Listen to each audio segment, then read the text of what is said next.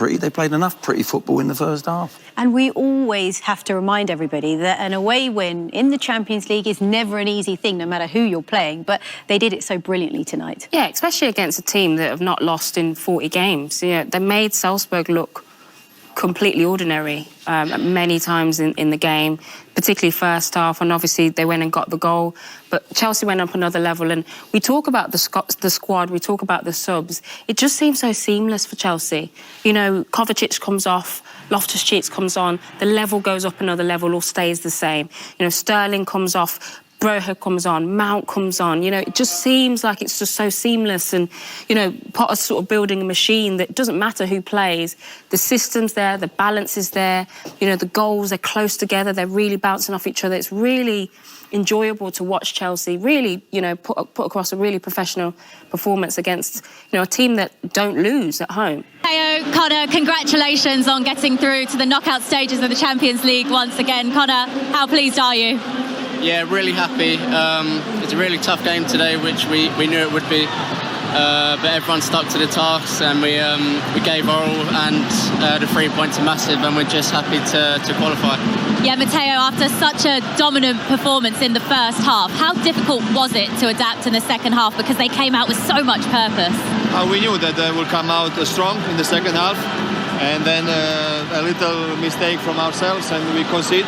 But we react very well. We scored a second, and it's an important win.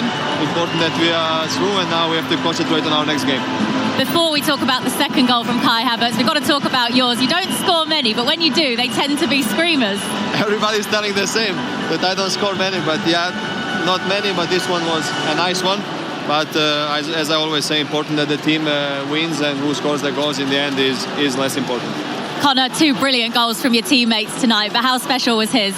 It's a great finish. I couldn't believe it, to be honest. yeah. No, I think to get that first goal was very important, and it definitely helped us out and gave us a bit more confidence in the game. So it's a great finish. Nice goal. Thank you. Overall, Mateo, would you say that's been your best performance in a Chelsea shirt this season? I don't know. Difficult to tell, but like I said before, the most important are the 3 points. A good game from the whole team, and focus on the next one. How did it feel to you as well to score a goal as good as that in the country that you were born as well? Yeah, it's nice to score where I was born. My parents are here, my friends, so very nice to score on this occasion, and very happy about it. And Connor, a special night for you as well, your first start in the Champions League. How did it feel out there? Yeah, it's a really proud moment. I wanted to give a good performance today, and I wanted us to get the win, which was the most important thing. And hopefully I can push on from this. It is a gruelling schedule between now and the World Cup. How are you finding things under the new manager and trying to impress him and try and play as minutes as you can? Yeah, it's really important. We're just taking it game by game.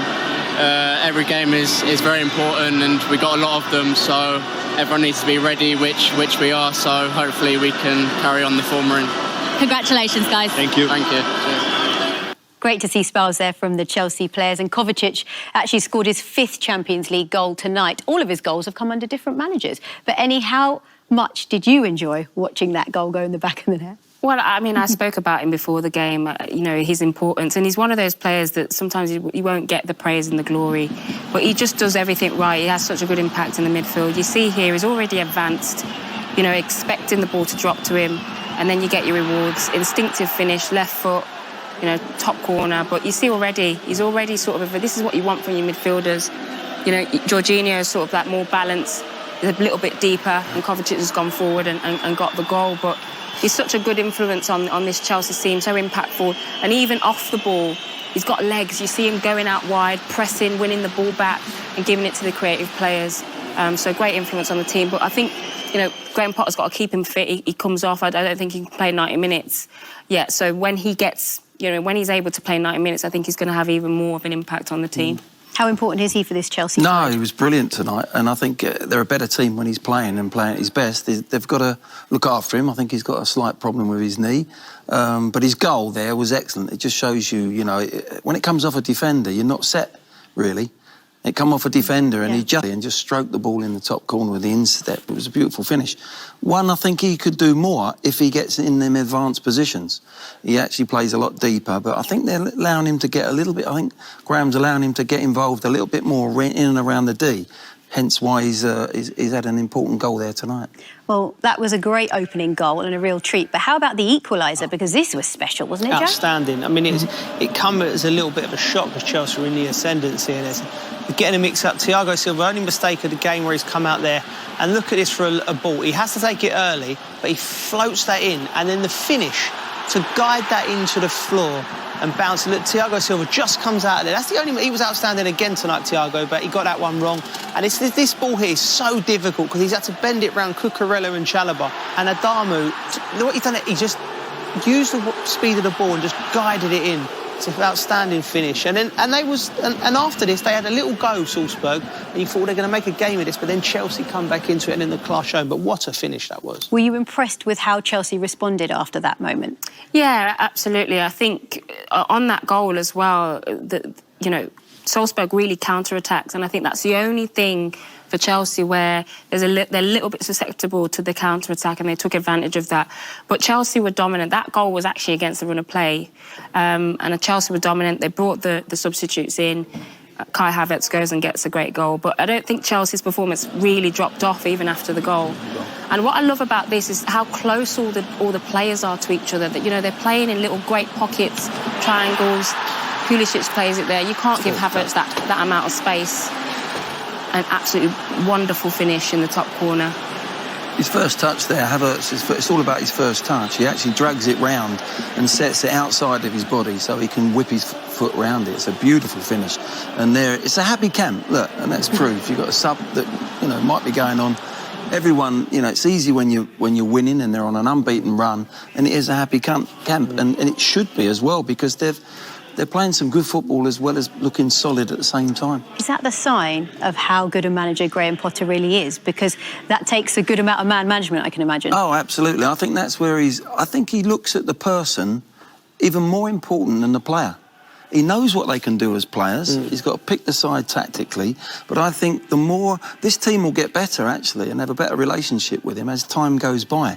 Because he actually coaches the person, actually, more than the player. Yeah. And I've heard that from the Brighton players, and I think he's doing it. And it takes a bit of time, and I think Chelsea will get better and better. Congratulations, you are through to the knockout stages of the Champions League with a game to spare, and what a match it was as well. How pleased are you? Yeah, delighted.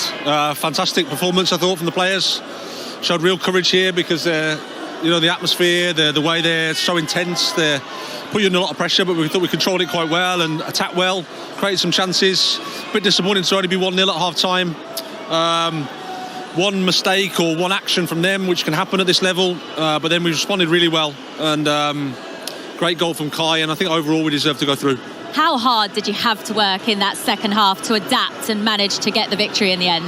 Yeah, it was hard work, but it's going to be at this level. That's how it is. Away from home in the Champions League, so complicated with the crowd, with the team, with the quality that they have. But overall, I thought we played well. Like I said, created some chances, scored 2 good goals, and responded well to when we had the setback. So overall, delighted for the players. They've been fantastic. You talked before the game about needing to use the wide areas in order to break this Salzburg team down. How effectively do you feel that worked? Yeah, I thought it was quite good. I mean, we got Raheem in some good areas and Christian as well, and the fact that they have to defend in the back four quite wide in big spaces allows Connor and Kai to get in. And like I said, first half I thought we could have probably had another couple of goals, but not easy because how they defend, they're so good.